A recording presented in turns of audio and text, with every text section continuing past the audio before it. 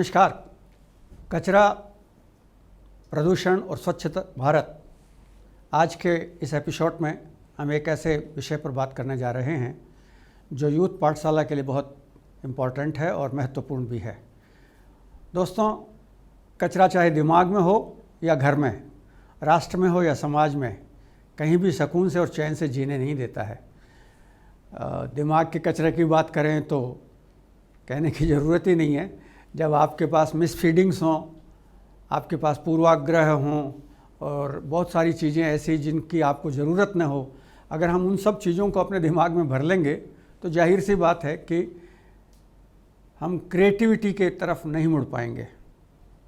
लेकिन आपको ये याद होना चाहिए कि दिमाग में जो कचरा भरता है हमारे, उसका संबंध भी हमारे इर्द गिर्द के जीवन से होता है।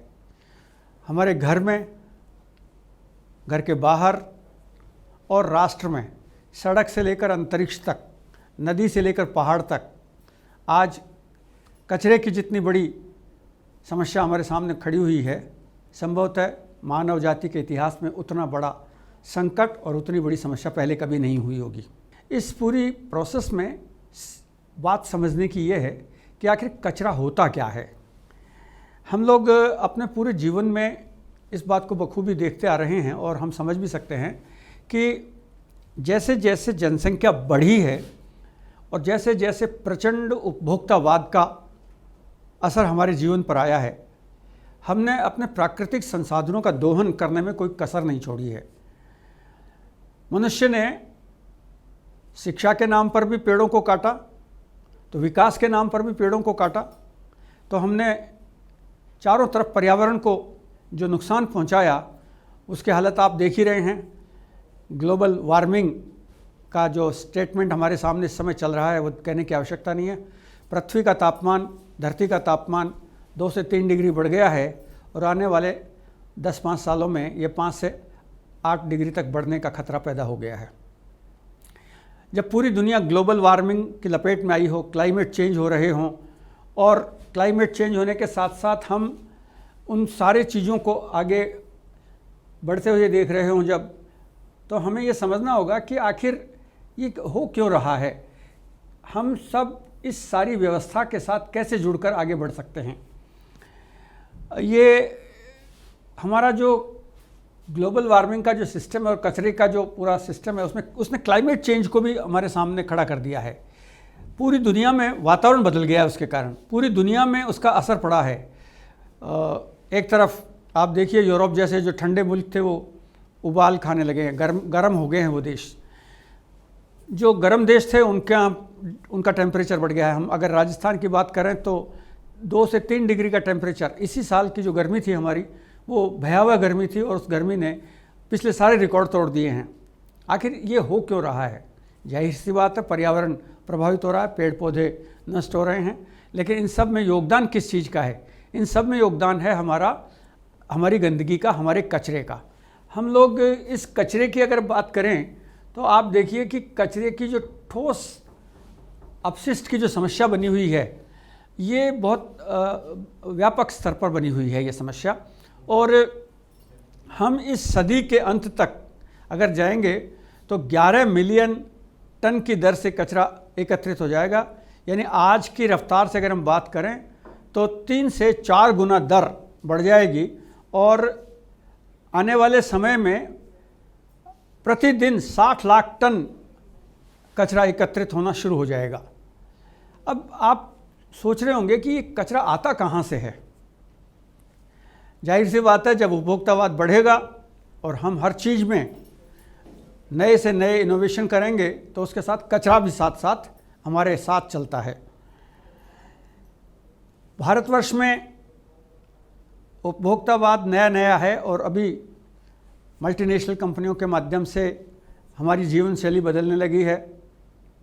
अब हमारी मुट्ठी में दुनिया समाने लगी है और हम हर चीज़ तकनीक पर निर्भर करते जा रहे हैं। तो जो अवांछित और अनुपयोगी जो सामान है, वो जाहिर सी बात है कचरे में परिवर्तित होगा, वो अपशिष्ट हो जाएगा, वो अवांछित हो जाएगा। और ऐसा जो सामान है वो चाहे फिर घर से, हमारे बाथरूम से निकलने वाला सीवरेज हो या फिर किचन से निकलने वाला वेस्टेज हो, या फिर ऐसे सामग्री जो रेडियोधर्मिता से जुड़ी हुई हों, ये सारी की सारी चीज़ें हमें प्रभावित कर रही हैं। और इसका सीधा असर केवल पर्यावरण दूषित होने पर ही नहीं पड़ रहा है, बल्कि इसका सीधा असर हमारे हेल्थ पर भी आ रहा है। जो रोज़ाना नई से नई बीमारियां हमारे सामने आती चली जा रही हैं, और जिन अस्पतालों में पहले लोग रुख नहीं किया करते थे, आज उन हॉस्पिटल्स में जगह नहीं मिल रही। उसके पीछे भी यही कचरा है।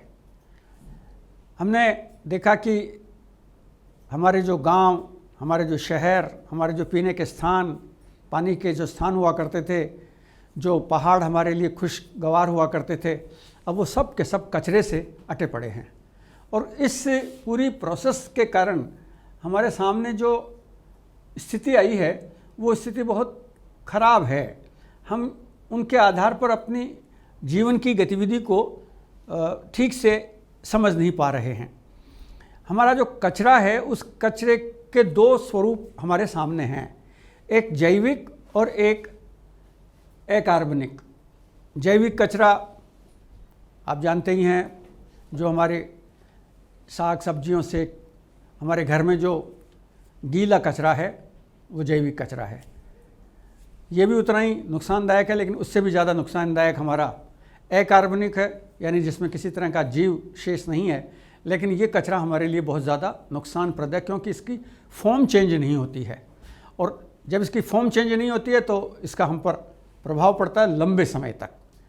आपको याद होगा भी 1 जुलाई से ही भारत सरकार ने पॉलीथीन पर, उसके बहुत सारे वस्तुओं पर, सामग्री पर बैन लगाया है। क्यों?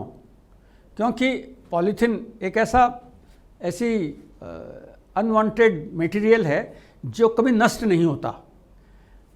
कभी आज से 30-40 साल पहले जब इसका कोई ईजाद हुआ और जब हम अपनी सुविधा के लिए इसका उपयोग करने लगे तो बड़े प्रसन्न हुए थे, बहुत खुश हुए थे कि साहब अब बाज़ार जाते हैं तो हमें कुछ सामग्री खरीद कर लाने के लिए कोई थैला ले जाने की आवश्यकता या बैग ले जाने की आवश्यकता नहीं होती है।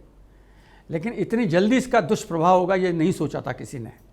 आज कचरे ने मनुष्य के जीवन को संकट में डाल दिया है, और एक ऐसा संकट खड़ा कर दिया है जिसके कारण हमारे लिए बहुत कठिनाइयों का दौर सामने आ गया है। लेकिन कहते हैं कि जहाँ संकट होता है और जहाँ परेशानियाँ होती हैं, वहाँ पर हमें कोई न कोई रास्ता भी उसका मिलना शुरू होता है। जो सामग्रियाँ अभी आजकल एक नया, मैं इसीलिए कचरे के रेफरेंस ही बात कर रहा हूँ, आजकल एक नई बात जो चल पड़ी है वो ये है कि रिसाइकिल करिए, इसको रीयूज करिए। दोस्तों, आप भी अपने घर में इस बात को ध्यान रखिए।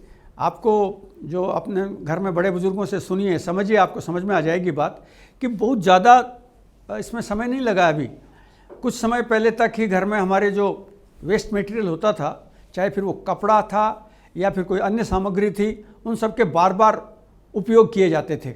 लेकिन आज उपयोग का तरीका बदल गया। यूज एंड थ्रो के इस संस्कृति ने हमारे सामने बहुत सारे खतरे खड़े कर दिए हैं। अब अगर आप इसको समझने की कोशिश करेंगे तो ये समझ में आएगा आपको कि हम इसके आधार पर जिस बात को कर रहे हैं ये महत्वपूर्ण है कि इसकी उत्पत्ति के आधार पर कुछ चीज़ें होती हैं जो कोई प्रोडक्शन के साथ कचरा निकलना शुरू होता है, कुछ कचरा घरेलू होता है, वाणिज्यिक इकाइयों में कमर्शियल जो यूनिट्स हैं वहाँ निकलता है, इंडस्ट्रीज में से बहुत सारा कचरा निकलता है, हॉस्पिटल्स में से आप देखिए, हॉस्पिटल्स के तो कहने की आवश्यकता ही नहीं है। हॉस्पिटल्स में से जो वेस्ट मटेरियल जा रहा है वो तो बेहद चुनौतीपूर्ण है। उसको तो समय पर रहकर अगर हमने निस्तारित नहीं करते हैं तो जो अस्पताल ठीक करने का काम करते हैं, अगर वहाँ से निकलने वाले वेस्ट मटेरियल को प्रॉपरली डिस्पोज नहीं किया जाए तो वो अस्पताल बीमारी का घर बनकर पूरे इलाके में बीमारी फैलाने का काम भी करते हैं। इसी तरह से कंस्ट्रक्शन साइट्स जो हैं, निर्माण जहाँ हो रहा है, वो उस साइड में देखिए, वहाँ पर धूल, मिट्टी, कंकर, जब नई कहीं सड़क बन रही होती है तो वहाँ का जो पूरा वातावरण वो प्रदूषित हो जाता है, हवा में जहरीले तत्व वहाँ फैलने लगते हैं। इसके साथ साथ आजकल आप देखिए अंतरिक्ष में जाने की होड़ लगी हुई है और अंतरिक्ष में खोज करने की, लेकिन अंतरिक्ष में जाने की होड़ और खोज का जो परिणाम है वो भी हमारे सामने है। अंतरिक्ष में भी कचरे का ढेर लगता जा रहा है, क्योंकि जो स्पेस में हमारी जो उपग्रह जा रहे हैं, एक निश्चित लाइफ सर्किल के बाद जब वो काम करना बंद कर देते हैं या तकनीकी खराबी के कारण जब वो काम करना बंद कर देते हैं, तो वहीं उनको छोड़ दिया जाता है और वो वहीं परिक्रमा लगाते रहते हैं, चक्कर लगाते रहते हैं। तो न धरती बच रही है, न पानी बचा, न पहाड़ बचा, न अंतरिक्ष बचा। प्रत्येक जगह पर कचरे ने अपना, अपशिष्ट ने अपना स्थान बना लिया है। और ऐसे समय में जब बायोडिग्रेडेबल आइटम्स की बाढ़ आ गई हो और खतरे के कारण जो विषाक्त पहलू चारों तरफ फैल गए हों, उनको रिसाइकिल करने के बारे में सोचना कितना आवश्यक हो गया है, ये हम समझ सकते हैं, इसको जान सकते हैं। इसलिए कचरे का एक स्वरूप है कि उसका चक्रीय प्रभाव होना चाहिए। चक्रीय प्रभाव का मतलब है कि अपशिष्ट जो हो गया है उसका रिसाइकिल करके उसका निपटारा किया जाना चाहिए। जो वेस्टेज है उसको रिसाइकिल करके उसका उपयोग किया जाना चाहिए। अगर हम ये सब नहीं करेंगे तो उसका नकारात्मक प्रभाव हमारे जीवन पर पड़े बिना नहीं रहेगा। इसलिए जो लोकल एडमिनिस्ट्रेशन होता है उसको ये चैलेंज उठाना पड़ता है। और आज अनफॉर्चुनेटली लोकल जो एडमिनिस्ट्रेशन है हमारे, वहाँ बहुत कुशलता की कमी है।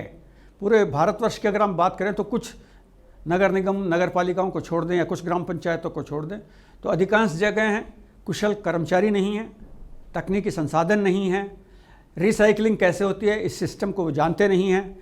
यहाँ तक कि कचरे का संग्रह भी पूरा नहीं होता। आपने कई बार देखा होगा कि जो कचरा संग्रह करने की जो प्रक्रिया, उसमें वहाँ हड़ताल हो गई। जो हुपर्स लगाए गए थे वो हुपर प्रॉपर टाइम पे पहुँच नहीं पा रहे हैं और इसके कारण प्रॉब्लम क्रिएट हो रही हैं। फिर जो कचरा एकत्रित कर लिया गया है उसको कहाँ ले जाकर जमा करना है, अब इसकी पूरी जो प्रक्रिया, उसमें जगह जगह ऐसे आंदोलन कई बार हो जाते हैं कि किसी गांव शहर को छोड़ करके किसी निकटवर्ती बस्ती के पास ले जाके कचरा जमा करना शुरू कर दिया जाता है। अब उसको जब तक आप ज़मीन में प्रॉपरली उसको ज़मीन में गड्ढा खोद करके दबाएंगे नहीं, तब तक वो एक नई समस्या खड़ी करेगा। तो रिसाइकिल संयंत्र भी नहीं है और वहाँ कचरे को जमा भी किया जा रहा है। तो इसके कारण वहाँ एक अलग तरह की स्थिति बनती जा रही है, एक अलग तरह का खतरा हमारे सामने होता चला जा रहा है। तो इसीलिए आपने देखा होगा कि जो कचरा संग्रह करने का काम किया जाता है उसमें दो तरह, बार बार कहा जाता है कि आप गीले कचरे को अलग करिए और सूखे कचरे को अलग करिए।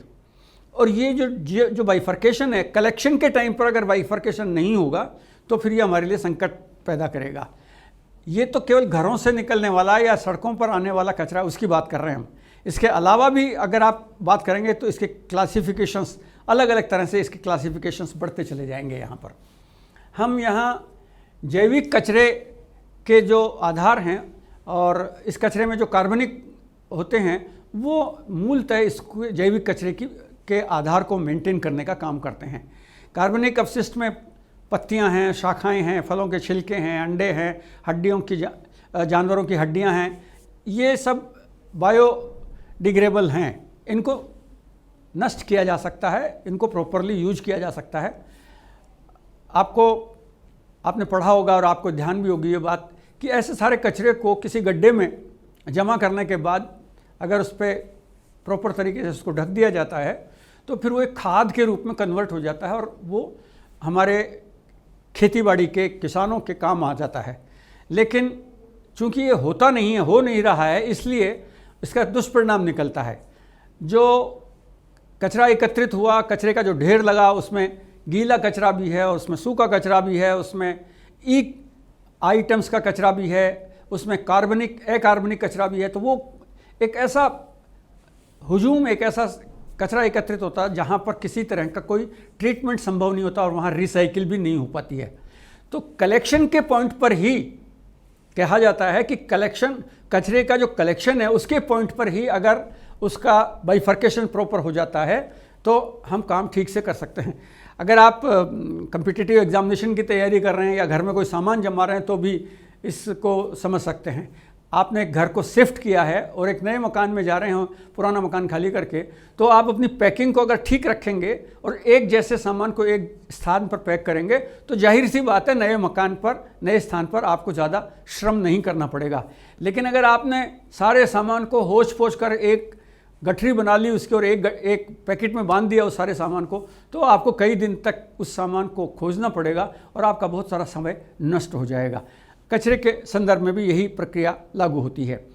इसमें अकार्बनिक जो अवशिष्ट हैं वो उसमें जीवन नहीं होता है और वो मनुष्यों के द्वारा रूपांतरित किया जाता है, जैसे एल्युमिनियम के डब्बे, कांच के बोतलें, प्लास्टिक बैग, बैटरी और ऐसे बहुत सारी चीज़ें जो बायोडिग्रेडेबल नहीं होते हैं। अब इनसे जो खतरा पैदा होता है, जो सामग्री जिसको नष्ट नहीं किया जा सकता, वो सामग्री ज़्यादा नुकसान पहुंचा रही है। वो मिट्टी की उपज को ख़त्म कर रही है, पानी की शुद्धता को नष्ट कर रही है, हवा के प्रदूषण को बढ़ा देती हैं।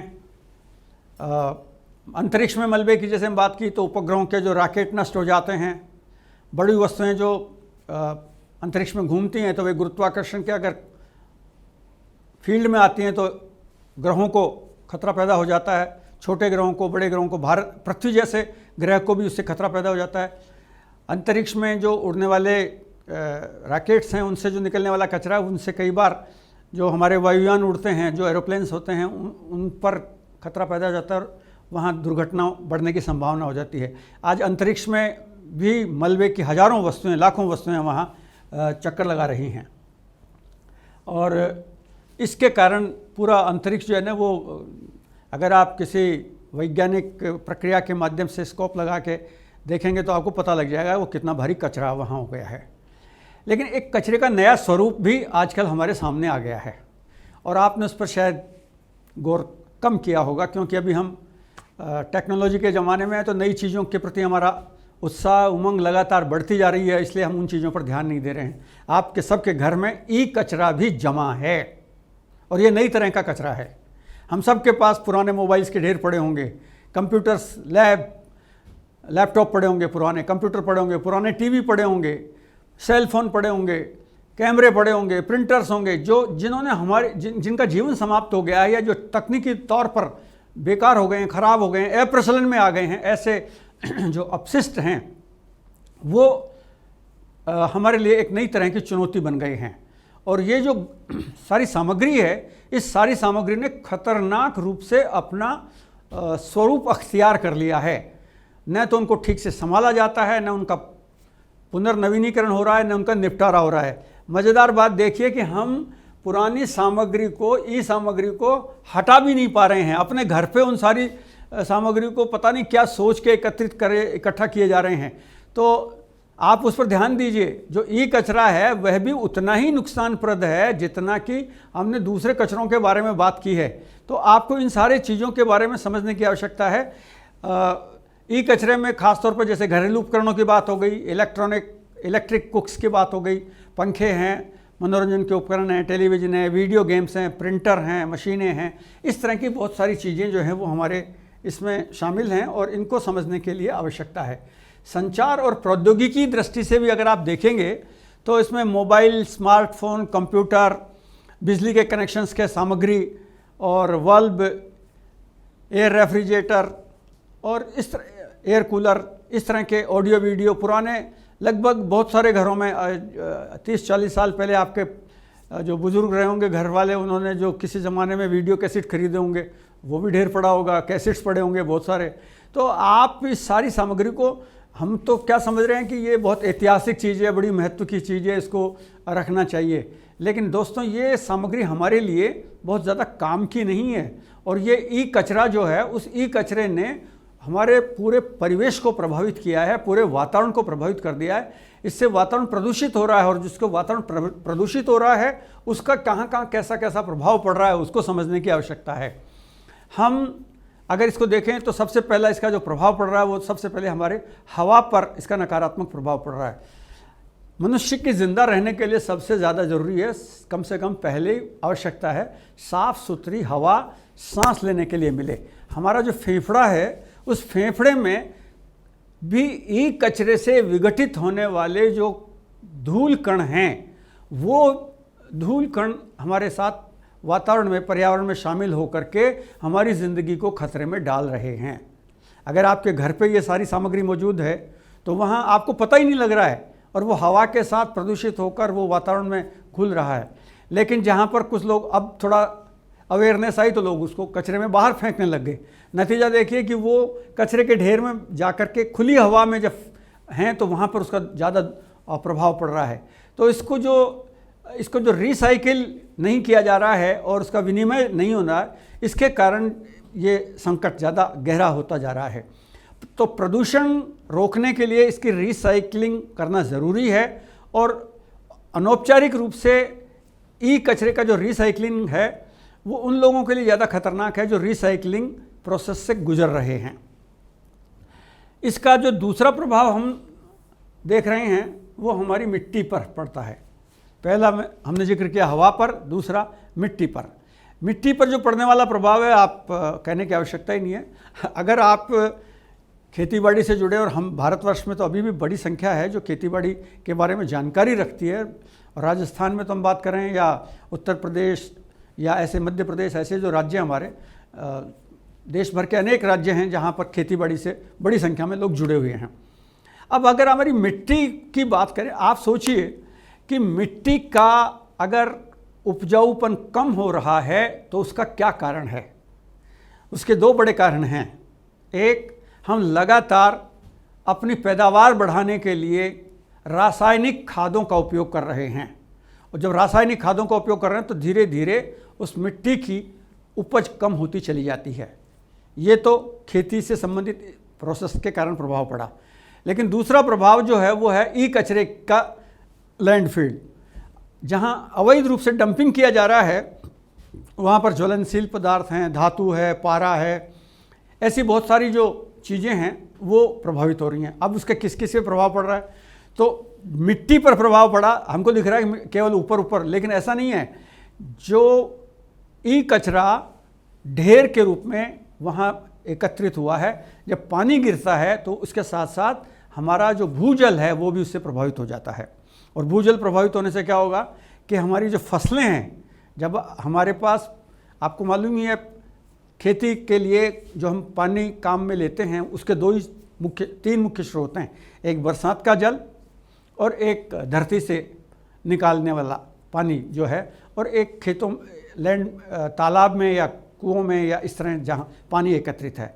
लेकिन जो भूजल है हमारा, वो भूजल अगर प्रदूषित हो जाएगा तो वही पानी अगर फसलों की सिंचाई के लिए काम आएगा तो यह संकट और बढ़ेगा। क्योंकि एक तरफ हमने देखा कि रासायनिक खाद और दूसरी तरफ प्रदूषित पानी, ये मिलकर के जिस फसल को तैयार करेंगे, आप समझ सकते हैं कि उस फसल के कारण हमारे खान पान पर जो प्रभाव पड़ेगा वो कैसा होगा। आप में से आपके बहुत सारे लोगों के इर्द गिर्द आप देखिएगा, बहुत सारे लोगों को आजकल गेहूं खाने से एलर्जी होने लगी। कारण ये प्रदूषण है। पहले हम नहीं सुनते थे कि गेहूं तो खाद्य पदार्थ मानते थे कि उससे भी कोई किसी को प्रॉब्लम हो सकती है क्या, लेकिन आजकल बड़ी संख्या में बच्चों को शुरुआत उम्र के साथ ही, स्टार्टिंग में ये संख्या आपको देखने को मिल जाएगी। तो ये जो कचरा है और कचरे का जो दुष्प्रभाव है, उसके कारण हमें इस बात का ध्यान रखने की आवश्यकता है। अभी इसका तीसरा जो प्रभाव पड़ रहा है वो आप देख ही लें, कहने की आवश्यकता ही नहीं है। काला जो पानी निकल रहा है, जो सीवरेज का पानी है या गंदा जो पानी है, वो गंदा पानी किस तरह से पूरे नदियों को प्रभावित कर रहा है। हमारी सबसे पवित्र नदी गंगा, आप गंगा के किसी भी इलाके में कहीं से कहीं तक चले जाइए, हमने पूरी गंगा को मैला कर रखा है। गंगा के किनारे आसपास बसे हुए जितने भी शहर हैं, वहाँ से बड़ी संख्या में वहाँ पर पूरा का जो शहरों का कचरा है, वो नाले हैं, गंदे नाले हैं, सीवरेज है, वो सारा उसमें शामिल हो रहा है। हालांकि अब पिछले कुछ वर्षों से प्रधानमंत्री नरेंद्र मोदी जी की सरकार ने, हालांकि इससे पहले भी काम शुरू हो गया था, मनमोहन सिंह जी के समय भी काम शुरू हो गया था, लेकिन उसके बाद से अब और तेज़ी से इसमें काम होने लगा है। और जितने बड़े गंगा के स्रोत के आसपास के जो शहर हैं, वहाँ से उस पानी को पूरा ट्रीटमेंट करने के बाद डालने की कोशिश की जा रही है, लेकिन अभी इसमें बहुत गुणात्मक परिवर्तन नहीं आया है। तो ये जो पीने का पानी की बात करें, जो नदियाँ हमारी प्रदूषित हो रही हैं, इस पानी में लिथियम, लेड, पारा, बेरियम ये सब नीचे भूजल तक पहुंच रहे हैं और ये ज़्यादा इनको समय नहीं लगता है। भारी धातुएं जब तालाब में, नदी में, नालों में, झील में आसानी से पहुंचती हैं तो पानी का अम्लीकरण कर देती हैं, उनको विषाक्त बना देती हैं उसको। और रिसाइकलिंग का जो साइट्स हैं वो बहुत दूर होती हैं।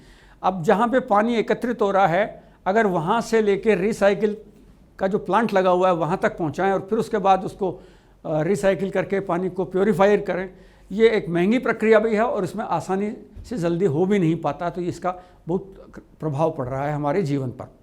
नकारात्मक ई कचरा जो है, उस ई कचरे ने और बाकी अन्य कचरों ने मिलकर के और सब ने पर्यावरण को जितनी हानि पहुंचाई है उतनी संभवतः और किसी चीज़ ने नहीं पहुंचाई है। और उसके नकारात्मक जो प्रभाव पड़ते हैं उसके कारण हमारे हार्ट में, हमारे माइंड में ब्लॉकेज, आजकल आप लगातार सुन रहे हैं हार्ट में ब्लॉकेज आ गया, माइंड में ब्लॉकेज आ गया।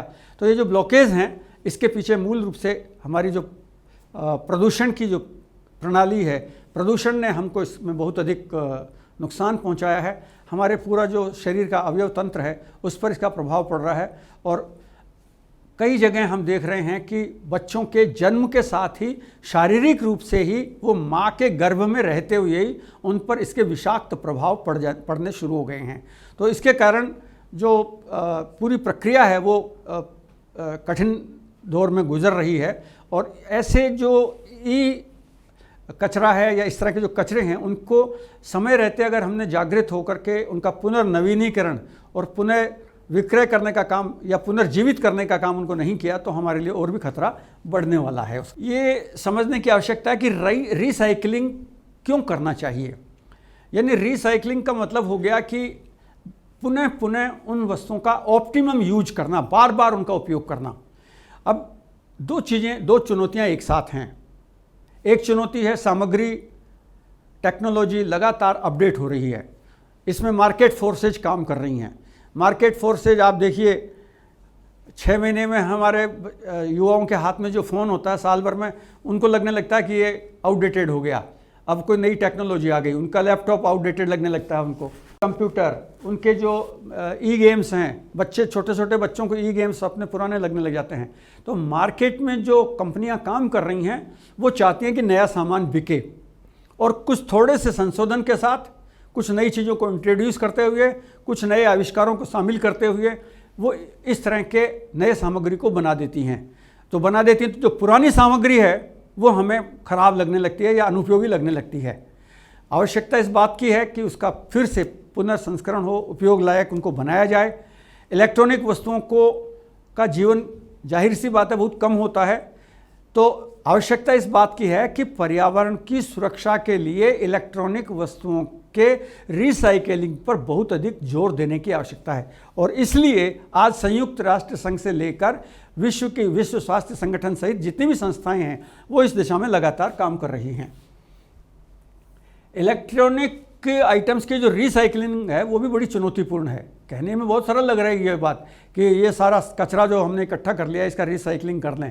कांच हो, धातु हो, प्लास्टिक के आइटम हो, इनको सबको अलग अलग करना, इनको पुनर्चक्रित करना, ये अपने आप में एक वैज्ञानिक दृष्टि से देखें तो ये बहुत कठिन काम है, बड़ी मुश्किल काम है। क्योंकि इस रिसाइकलिंग के प्रोसेस में भी वो सारे अणु परमाणु निकल कर वातावरण में घुलते हैं और उससे भी वातावरण पर उसका प्रभाव पड़ता है। लेकिन अगर आप नुकसान की बात करें तो रिसाइकलिंग नहीं करेंगे और ई कचरे को पूरा ज़मीन पर यूं का यूं छोड़ देंगे, वो ज़्यादा नुकसानप्रद होगा बनिस्पत रिसाइकलिंग के द्वारा होने वाले नुकसान के।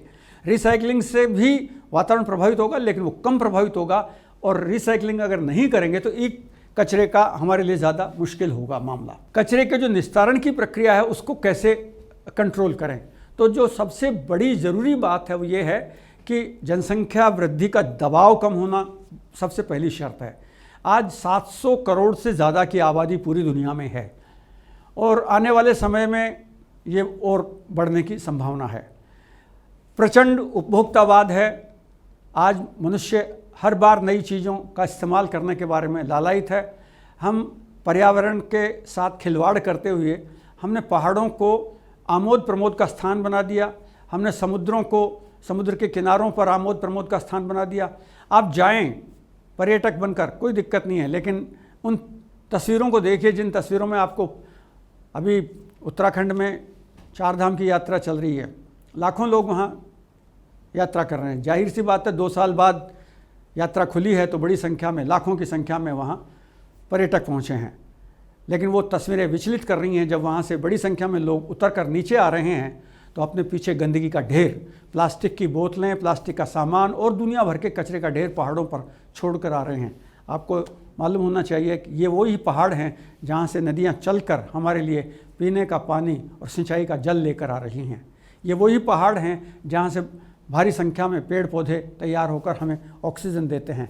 लेकिन अगर हम इन्हीं पहाड़ों पर इसी तरह उपभोक्तावाद के दबाव में आकर जितने खाद्य पदार्थों के पैकेट हैं उन वो सब प्लास्टिक के कचरे में, आप भी देख ही रहे हैं, प्लास्टिक के आइटम में पैक होकर जाते हैं। आपने खाया पिया और कचरे को वहीं फेंक दिया और उसका नतीजा पूरी दुनिया भुगत रही है। हम भी उससे अछूते नहीं हैं। तो ग्लोबल वार्मिंग हो रही है, क्लाइमेट चेंज हो रहा है और प्रकृति के साथ तारतम्य बनाकर हम जी नहीं रहे हैं। तो ये जो कचरा है, ये कचरा अब हमारे लिए कठिन स्थिति में चलता चला जा रहा है। तो क्या करें हम? जाहिर सी बात है, अगर आप समय के साथ जुड़ेंगे तो आपको बहुत सारी चीज़ों में आनंद भी आने लगेगा। आज जीवन शैली बदल रही है और एक बड़ा कचरा जो है वो खेती बाड़ी से भी निकला हुआ है। भारी संख्या में जब हमारी फसलें तैयार होती हैं तो उन फसलों को काम लेने के बाद और उससे निकलने वाले सामग्री के बाद चारा जो निकला, उस चारे को भी हमने पशुओं के लिए काम में ले लेना, उसके बावजूद बड़ी संख्या में वहाँ कचरा हमारे लिए खेतों में खड़ा रह जाता है। आपने लगातार पढ़ा होगा, जब ये नई फसलें कट जाती हैं उसके बाद शहरों के आसपास, दिल्ली के बारे में ख़ास तौर पर मैं बात करूं, पंजाब, हरियाणा, दिल्ली की बात करें, वहाँ पराली जलाई जाती है। यानी खेत में से फसल काटने के बाद और चारा काटने के बाद जो डंठल खड़े रह जाते हैं उनको निकाला नहीं जाता और उनको जला दिया जाता है। जलाने से वातावरण प्रदूषित हो जाता है। लेकिन अब एक नई प्रक्रिया शुरू हो रही है और वो है खेती से निकलने वाले कचरे से अगर हमने अपने जीवन को बदलने की कोशिश की तो हम निश्चित तौर पर उसमें काफ़ी गुणात्मक परिवर्तन आएंगे।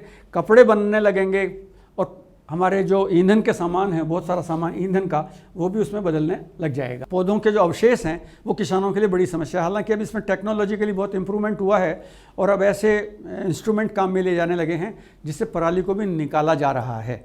लेकिन ये कचरे की जो समस्या थी, अगर हम इसका सही ढंग से इस्तेमाल करें तो ये वरदान बन सकता है हमारे लिए। ऐसे वैज्ञानिक लोग हैं जिन्होंने इस दिशा में काम करना शुरू किया। पूरी दुनिया में इस पर काम हो रहा है और खेती बाड़ी से निकलने वाले कचरे से अब हम कपड़े बनने की प्रोसेस में आगे बढ़ रहे हैं। कपड़ा बनाने की दिशा में, कागज़ बनाने की दिशा में आगे बढ़ रहे हैं। तो टेक्नोलॉजी के साथ कदमताल करते हुए आगे बढ़ना है। तो ये देखने की ज़रूरत है कि जो सामग्री हमारे लिए लाइबिलिटी बन रही थी, अगर उसी सामग्री को हम ठीक से काम करें तो वो हमारे लिए प्रोसेस बनेगा, हमारे लिए प्रोग्रेसिव मैनर में आगे बढ़ने का एक आधार बनेगा और प्रकृति के साथ हम जुड़ पाएंगे। तो एक प्राकृतिक फाइबर से बने हुए कपड़े हम पहनने की स्थिति में आगे बढ़ेंगे तो जाहिर सी बात है हमें अच्छा लगेगा।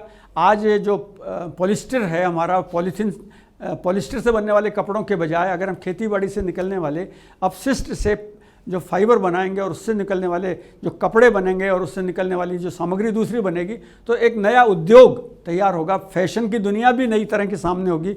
और जो नौजवान दोस्त इस यूथ पाठशाला में अटेंड कर रहे हैं उनके लिए भी एक खुशखबरी होनी चाहिए कि वो भी आपके लिए एक नई तरह की दुनिया सामने आ रही है। आप इससे जुड़िए और जुड़कर देखिए, आप अपने कैरियर को नई ऊंचाइयों पर पहुंचा सकते हैं। आप उस सारी सामग्री के साथ जुड़कर 2 काम एक साथ कर पाएंगे। आप अपने आप को संतोष दे पाएंगे कि आप नए काम से जुड़े हैं, पर्यावरण की रक्षा करने का काम कर रहे हैं, धरती की रक्षा करने का काम कर रहे हैं, पानी और बिजली की सुरक्षा करने का काम कर रहे हैं। हम इस पूरे संदर्भ में वैश्विक स्तर पर अगर देखें तो 2021 में फाइबर से जो उत्पादन था वो 12 करोड़ टन प्रति वर्ष ऊपर तक पहुँच गया है और इसके बढ़ने की उम्मीद है। यानी जो कपड़े तैयार होने की प्रोसेस है वो, मैं केवल बात वो नहीं कर रहा हूँ कि केवल आपको केवल ये समझाऊं कि ऐसा हो जाएगा, हो नहीं जाएगा, होना शुरू हो चुका है। 12 करोड़ टन प्रतिवर्ष तक इस पर पहुंच गया। बढ़ती ज़रूरत को पूरा करने के लिए जो एग्रीकल्चर के जो अवशेष हैं उनसे फाइबर का इस्तेमाल करके हम बहुत सारे मटेरियल बना सकते हैं। सिंथेटिक और नेचुरल फाइबर को मिला करके और नई चीज़ें तैयार कर सकते हैं, चाहे वो पैकिंग का आइटम हो या फिर वो हमारे घरों में साज सज्जा का आइटम हो या फिर खिलौने हों या फिर हमारे कपड़े हों। ऐसे बहुत सारी चीज़ें हम इसमें शामिल करने का काम कर सकते हैं।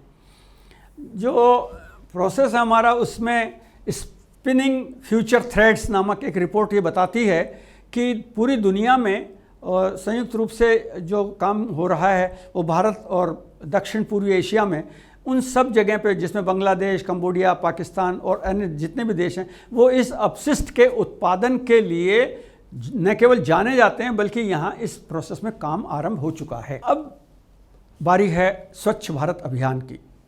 ये जो पूरा प्रोसेस हमने समझा है और ये जो पूरी प्रक्रिया को समझा है, उसको एक ऑर्गेनाइज्ड फॉर्म में, एक व्यवस्थित और संगठित रूप में देने का काम देश में पहली बार स्वच्छ भारत अभियान के अंतर्गत 2 अक्टूबर 2014 को प्रधानमंत्री नरेंद्र मोदी के द्वारा प्रारंभ किया गया था। महात्मा गांधी कहते थे कि दासता से मुक्ति केवल वह नहीं है कि आप विदेशी शासकों को या आक्रांताओं को अपने देश से निकाल दें। दासता से मुक्ति का अर्थ है आप अपनी बुरी आदतों को छोड़िए, आप गंदगी को छोड़िए, आप अपने आप को स्वच्छ बनाइए और अपने आप को ताकतवर बनाइए, शिक्षित बनाइए।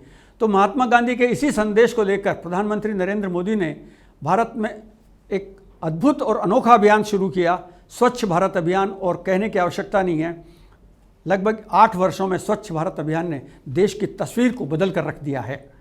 स्वच्छ भारत अभियान में हम मुख्य रूप से उन सारे संदर्भों को समझ सकते हैं जिसने कचरे से होने वाली जो प्रक्रिया थी, उस कचरे की प्रक्रिया को निपटाया, उसको ठीक किया और एक अनोखी अद्भुत व्यवस्था को प्रारंभ किया।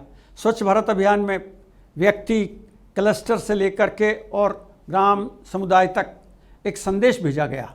सामुदायिक शौचालयों का निर्माण किया गया और पूरे देश को खुले में शौच की समस्या से मुक्त करने की दिशा में स्वच्छ भारत अभियान का प्रारंभ हुआ था।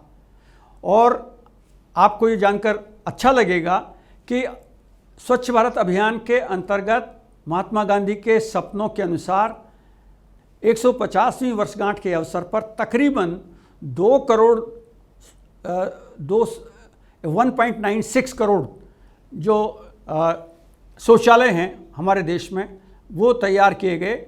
और इसमें जो इम्पोर्टेंट बात है वो ये कि करोड़ों की संख्या में गांव-गांव में हर घर में शौचालय बनाने का काम करके और भारत को खुले में शौच से मुक्त रखने का लक्ष्य पा लिया गया है। हालांकि आलोचना इस बात की भी की जा सकती है कि ये कागजी कार्यवाही है और ग्रामीण लोग इस पर सतर्क नहीं हैं, या जो बनाए गए उनकी क्वालिटी अच्छी नहीं है, या ये भी कह सकते हैं कि बहुत सारे लोगों ने इसका ठीक से मैसेज ग्रहण नहीं किया। लेकिन ये इम्पोर्टेंट बात है, आप अनुमान लगा सकते हैं कि अगर खुले में शौच जाते हैं तो ये उतना ही खतरनाक है जितना मैं पहले कचरे के बारे में बात कर चुका हूँ। खुले में शौच जाने पर वह जो शौच है वो पानी के साथ, बारिश के साथ, पानी के साथ बहता हुआ अगर हमारे उसमें पीने के पानी के जो सोर्स हैं, हमारे नदी हैं, तालाब हैं, कुएं हैं, अगर वहाँ तक पहुँचता है तो जाहिर सी बात है कि उसका प्रभाव उस क्षेत्र में रहने वाले लोगों पर सीधा सीधा उसका दुष्प्रभाव पड़ता है। तो इसको एक पूरे यूनिफाइड फॉर्म में, पूरे व्यवस्था के रूप में स्वीकार किया गया और परिपूर्णता की ओर कदम बढ़ाते हुए इसमें पैसे का भी पूरा भरपूर इंतज़ाम किया गया। क्योंकि कोई भी योजना जब बनती है तो उस योजना के लिए अगर योजना बना ली जाए और उसके लिए अगर पैसे का इंतज़ाम नहीं किया जाए तो वह योजना खटाई में पड़ जाती है। भारत सरकार ने स्वच्छ भारत अभियान के अंतर्गत बहुत सारे नवाचार तो किए, बहुत सारे प्रयोग किए, ऑर्गेनाइज्ड तरीके से इसको संचालित किया, लेकिन साथ ही साथ इस पर पैसा भी भरपूर रखा। 4.4 लाख करोड़ रुपए की योजनाएं बनाकर इसको लागू किया गया। और इस योजना के अंतर्गत केवल वही नहीं छोड़ दिया गया कि शौचालय बनाए जाएंगे, शौचालय बनाने के साथ साथ अगली कदम भी उठाए गए और अमृत 2 योजना के नाम से पहले गाँवों को आत्मनिर्भर बनाया गया, अब शहरों को आत्मनिर्भर बनाने की दिशा में काम आगे चल पड़ा है और सुरक्षित जल और आत्मनिर्भर शहर बनाने की दिशा में काम हो रहा है। और इस योजना में 500 शहरों से लेकर लगभग 4700 शहरों और कस्बों को इसमें शामिल किया जा चुका है। इसी योजना का जो एजेंडा है वो इम्पोर्टेंट है हमारे लिए कि इस योजना के अंतर्गत भागीदारी जो बढ़ाई गई है, उस भागीदारी बढ़ाने के कारण खुले में शौच से मुक्ति का जो अभियान रखा गया वो बहुत कामयाब रहा। इसके साथ साथ स्वच्छता और जो ठोस अपशिष्ट थे उनके प्रबंधन के लिए भी अच्छे परिणाम सामने आने लगे। शहरों में स्वच्छ भारत अभियान को अगले चरण पर ले जाने का काम भी किया गया और अनौपचारिक रूप से जो अपशिष्ट थे हमारे, यानी जो वेस्टेज था, उसको जोड़ने वाले जो प्रबंधन थे और उनके जो कार्मिक थे उन पर भी ध्यान दिया गया। दोस्तों, ये बात समझने की है कि जिन लोगों को कचरा संग्रहित करने का काम या उसके मैनेजमेंट का काम सौंपा गया है, उन लोगों के लिए भी ट्रेनिंग्स, उनकी सुरक्षा, उनकी आर्थिक स्थिति को भी इस योजना में महत्वपूर्ण ढंग से प्रभावित करके उनको जोड़ा गया है। इसमें इंजीनियर्स को शामिल किया गया, टेक्नोक्रेट्स को शामिल किया गया, रिसोर्सेज को पूल किया गया और इस तरह से ये जो अमृत योजना या पॉइंट 2 योजना के माध्यम से हम आगे इसमें बढ़े हैं। सरकार ने दिसंबर 2020 में स्वच्छ अभियान की जो शुरुआत की थी, उसमें एक मोबाइल एप्लीकेशन को भी बनाया गया और लॉन्च किया गया और बताया गया कि अगर अस्वच्छ शौचालय हैं और हाथ से मैला ढोने वाले लोगों की स्थिति है तो उनकी कोई पहचान करिए और सरकार को बताइए, तो उनको तत्काल उस पर कार्यवाही की जा रही है। सैनिटरी शौचालयों को बदला जा सका है। हाथ से मैला ढोने वाले जो लोग थे वो लगभग बंद कर दिया गया। अब देश में हाथ से मैला ढोने की काम को पूरी तौर पर, कानूनी तौर पर प्रतिबंध लगा दिया गया है और इसमें किसी भी व्यक्ति द्वारा अगर ऐसा करने के लिए इंसिस्ट किया जाता है तो उन्हें दंड दिया जाता है। कानूनी तौर पर ऐसे प्रावधान बना दिए गए हैं। तो ये हमारे लिए इम्पोर्टेंट हुआ। इसके साथ साथ हमारे लिए ये भी महत्वपूर्ण है कि केंद्र में स्वच्छता और इससे संबंधित जो जानकारी है उसको भी अपग्रेड करने के लिए और अवेयरनेस के लिए लगातार काम किया गया है। तो स्वच्छ भारत मिशन, जैसा कि हमने प्रारंभ में चर्चा की थी, भारत सरकार ने स्वच्छ भारत मिशन को एक ऑर्गेनाइज्ड तरीके से तैयारी की। एक समिति बनाई गई और समिति बनाकर राष्ट्रीय स्तर पर इस योजना को मंजूर किया गया और नेशनल लेवल पर, राष्ट्रीय स्तर पर एक सैंक्शन कमेटी बना करके काम किया गया और उसके बाद केवल राष्ट्रीय स्तर पर इसको छोड़ा नहीं गया। राष्ट्र के बाद राज्य स्तर पर, फिर जिला स्तर पर, ब्लॉक स्तर पर और ग्राम स्तर पर, यानी 5 चरण में हमने अपने स्वच्छ भारत मिशन की एग्जीक्यूशन को देखा है। जाहिर बात है, अगर केवल राष्ट्रीय स्तर पर किसी योजना को बना लें, संगठन को बना लें और नीचे तक नहीं लाएंगे तो काम नहीं होगा। इसीलिए आप देखिए गांव, शहर शहर में स्वच्छ भारत अभियान के तहत संगठित तरीके से काम हो रहा है। इस मिशन के जो कार्यक्रम है हमारे, वो चरणबद्ध ढंग से आगे बढ़े हैं और चरणबद्ध ढंग से आगे बढ़ने पर ही आपने देखा कि हमने ग्रामीण क्षेत्रों में स्वच्छता को जो कवरेज देने का काम था वो 2019 में उसको पूरा कर लिया। यानी शौचालयों का निर्माण करने का काम था, उनके ढांचे बनाने का काम था, उनको स्वच्छ रखने का काम था, उसको पूरा किया और अगले चरण में उनको अपडेट करने का काम, 2 गड्ढे वाली जो स्कीम थी उसको लाए हम, पानी की व्यवस्था करने का जो प्रावधान है उसको लाए हैं। तो इस प्रक्रिया के अंतर्गत चरणबद्ध ढंग से उनको आगे बढ़ाया जा रहा है। पर्यावरण की दृष्टि से सुरक्षित और लंबे समय तक चलने वाली जो स्वच्छता प्रणाली है, उन विधियों को यहाँ लागू किया गया। वैज्ञानिक ठोस और तरल अपशिष्ट प्रणालियों को लागू किया गया और हमने देखा कि इस पूरी प्रोसेस में, इस पूरी प्रक्रिया के अंतर्गत स्वच्छता प्रणाली पर बहुत अधिक जोर दिया गया।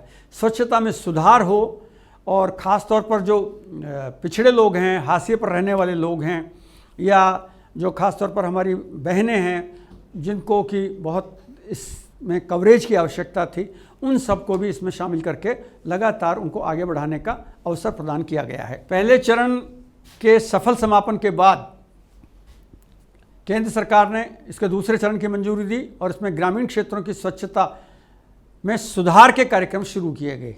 और ये जो सुधार के कार्यक्रम हैं ये 2020-21 से लेकर के और 24-25 तक उनको बढ़ाया गया और उसमें 1,40,881 यानी करीब $9.1 बिलियन की बात कर सकते हैं हम, उसका रुपया इसमें खर्च के लिए शामिल रखा गया। खुले में शौच से मुक्ति के लिए ठोस और तरल और अपशिष्ट प्रबंधन की दीर्घकालीन योजना भी इसमें शामिल की गई। तो स्वच्छ भारत का जो कैंपेन है वो फिर वापस याद दिला दूं कि कचरे का निस्तारण ही नहीं है, बल्कि स्वास्थ्य की व्यवस्था को रखना और आर्थिक गतिविधियों को मेंटेन करना भी इसमें शामिल किया गया है। ग्रामीण क्षेत्रों में स्वच्छ भारत अभियान की जो प्रक्रिया है उसमें सुधार के साथ साथ अब शहरी क्षेत्रों में भी इस दिशा में काम प्रारंभ हो गया है। शहरी क्षेत्रों में को अपने दायरे में लाने का काम सुनिश्चित करने के लिए शहरों में भी खुले में शौच की प्रथा को बंद करने के लिए तेज़ी से काम किया गया। अब आप सोच सकते हैं क्या शहरों में भी ऐसी संभावना है क्या कि जहाँ पर खुले में शौच जाते हैं? जो महानगर हैं हमारे, आप में से जिन लोगों ने दिल्ली, बम्बई, कलकत्ता ऐसे बड़े शहरों में यात्राएं की हों तो आपने देखा होगा कि रेल के किनारे किनारे बहुत भारी संख्या में झुग्गी झोंपड़ियाँ बनी हुई हैं। बड़े शहरों में इसी तरह के झुग्गी झोंपड़ियों में लोग रह रहे हैं। तो जहाँ शौचालय नहीं उपलब्ध होता वहाँ लोग खुले में शौच जा रहे हैं। और इस तरह जो ग्रामीण क्षेत्रों में चुनौती है वैसी चुनौती शहरी क्षेत्रों में भी थी। तो अब यहाँ पर उस दिशा में काम शुरू हो गया। यहाँ पर भी शहरी क्षेत्रों में स्वच्छता अभियान के साथ साथ इस दिशा में काम किया गया और गड्ढों में जो गड्ढे वाले शौचालय थे उनको स्वच्छता शौचालय में बदलने का काम किया जा रहा है। ये बहुत इंपॉर्टेंट बात है। ये ध्यान रखिएगा कि गड्ढों में जो शौचालय है हमारा, अगर हमने लंबे समय तक उन शौचालयों को जारी रखा तो उनसे जो पानी का रिसाव होगा और जो गंदगी का रिसाव होगा वो हमारे पीने के पानी को, भूमि जल को प्रभावित करेगा। तो अब सरकार ने इस दिशा में कदम उठा दिए हैं और अब धीरे धीरे इस दिशा में काम किया जा रहा है कि गड्ढों के शौचालय को स्वच्छ शौचालय में बदला जाए। स्वच्छ शौचालय का मतलब है जो सीवरेज हैं, सीवरेज लाइन डाली जाए, सीवरेज लाइन डाल करके सीवरेज को एक जगह ले जाया जाए और फिर उसका रिसाइकिल करके और उस पानी को साफ़ किया जाए और जो वेस्ट मटेरियल निकल रहा है उसे खाद बना करके उसको और यूज किया जाए, उसको आगे काम में लिया जाए। इस तरह से हमने यह देखा कि ये कार्यक्रम जो हमारा है, ये पूरा कार्यक्रम वित्तीय दृष्टि से अगर आप बात करेंगे तो केंद्र और राज्यों के बीच में जो संबंध है, पैसे को किस तरह से शेयरिंग किया जाएगा, तो 75% पैसा इसमें केंद्र सरकार का है और 25% पैसा राज्य सरकारों का होता है। पूर्वोत्तर राज्यों के लिए, जो पहाड़ी और जो पिछड़े हुए राज्य हैं उनके लिए इसमें संशोधन किया गया है। वहाँ 90% और 90-10 का रेशियो यानी 90% केंद्र सरकार का और 10% राज्यों का है। ग्रामीण क्षेत्रों के जो लाभार्थियों के जो शौचालय बनाए जा रहे हैं वहाँ 12,000 रुपये की प्रोत्साहन राशि उनको दी जा रही है और इसमें पानी के भंडारण की सुविधा का प्रावधान भी किया गया है। तो ये जो कार्यक्रम है हमारा, ये कार्यक्रम पूरा का पूरा वित्त शोषित है और केंद्र सरकार ने इसमें बड़ी संख्या में सहयोग दिया है। तो दोस्तों, ये जो हमारी आज की जो इस पूरी परिचर्चा है और आज जो हमने इस पर फोकस किया है, उसका मेन उद्देश्य ये है कि आप ये समझें कि कचरा, उसका प्रबंधन, पर्यावरण पर पड़ने वाले प्रभाव और भारत सरकार की गतिविधियाँ क्या और कैसे इस दिशा में आगे बढ़ रही हैं। लेकिन एक बात फिर मैं आपको याद दिलाना चाहता हूँ कि कोई भी सरकार तब तक सफल नहीं हो सकती है जब तक कि वह आंदोलन जन सहभागिता का आंदोलन न बन जाए। आप युवा साथी हैं हमारे, आप इस कार्यक्रम को सुन रहे हैं, आप इस वीडियो को, इस लेक्चर को अपने साथियों में शेयर कीजिए। यूथ पाठशाला में आप आए हैं, बताइए कि यह भी एक जागरूकता है। राष्ट्र की सेवा केवल सेना में भर्ती होने से नहीं होती है। राष्ट्र की सेवा हम दैनिक जीवन में रहते हुए उन सारे मुद्दों पर अपनी सहभागिता सकारात्मक ढंग से निभाएं, तब भी राष्ट्र की सेवा होती है। स्वच्छ भारत होगा तो हम स्वस्थ होंगे और हम स्वस्थ होंगे तो हमारी पीढ़ियां हमारी ऋणी होंगी कि हमने उन्हें एक अच्छा भारत सौंपा है। आप सब ने इस कार्यक्रम को सुना ध्यान से और जो अच्छी बातें आपको लगी हैं उनको नोट कीजिए, अपने साथियों को आगे बढ़ाइए। इसी के साथ नमस्कार, जय हिंद।